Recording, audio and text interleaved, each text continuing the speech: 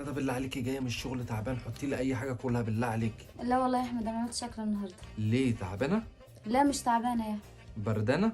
لا البرد راح من عندي الحمد لله. عطشانه مثلا؟ لا مش عطشان. إيه، طب ريقك ناشف؟ لا مش ناشف. حيلك مهدود مثلا؟ لا ما هو حالي تهدي كتير اصلا. طب قصيره ولا حاجه؟ او مش طايره. وايه؟ وعادي. هندسه باحث دي ولا ايه؟ بتقول ايه انت؟ لا سوري، ما بحاول اقول كلام على القافيه، يعني في ايه يعني، مالك في ايه؟ كافيه؟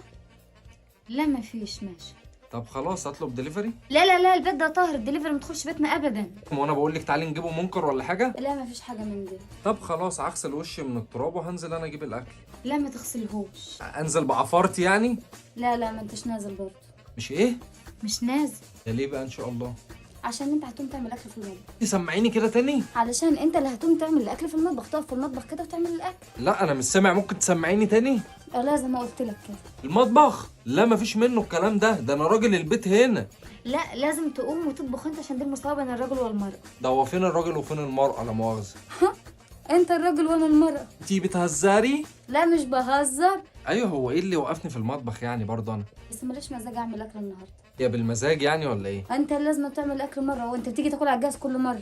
ايوه يعني انت عايزه ايه دلوقتي؟ اقعد في البيت اطبخ واكنس واروق واغير للولد حفاضه الجود كير وانتي تنزلي تشتغلي؟ ايوه صدق صح، انت عندك حق. انا فعلا لازم انزل واشتغل واحقق ذاتي. حقك فعلا ان انت تحققي ذاتك، يا دوب بقى تظبطي ساعه التمن 5 دقيقه على الساعه 6 صباحا عشان تنزلي تروحي شغلك وتشوفي المعاناه اللي بتحصل معانا. انا اصلا نشيطه واصحى الصبح بدري، وبعدين انا ورايا حلم وذات لازم أنا احققها، مش مهم المعاناه، نتعب اليوم لكن نستريح غدا. لا ما تاخدنيش في الكلام، اقفي هنا قولي لي بقى ايه هو الحلم والذات اللي انت عايزه تحققيه. بص يا سيدي، انت جيت لي في ملعبي. اول حاجه بقى عايزه اجيب العربيه الفيراري اللي هي BMW. وتاني حاجه بقى اشتري الفيلا بتاعت كفر الشيخ. اما تالت حاجه بقى ما اقولكش، هشتي في دبي وصيف في ابو حمص، والبس كده دهب كتير واقعد اشخشخ شخ زي فاطمه الكشري كده مرات الحاج عبد الغفور البرعي. وتاني حاجه بقى اجيب هدوم من كل الماركات، انساء الجمعه اللي هي ماركه من البصل دي. يبقى بقى معايا نقود كتير اللي هي اموال، وزع بقى على كل الاغنياء واعطيهم مما يكفيهم.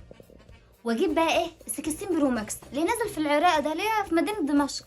ودي شغلانه ايه بقى اللي هتحقق لك احلامك وذاتك دي كلها؟ ده انت محتاجه بقى الفانوس السحري ويطلع لك مارد يحك الفانوس يقول لك شبيك لبيك انا بين ايديك، اعمل لك ايه؟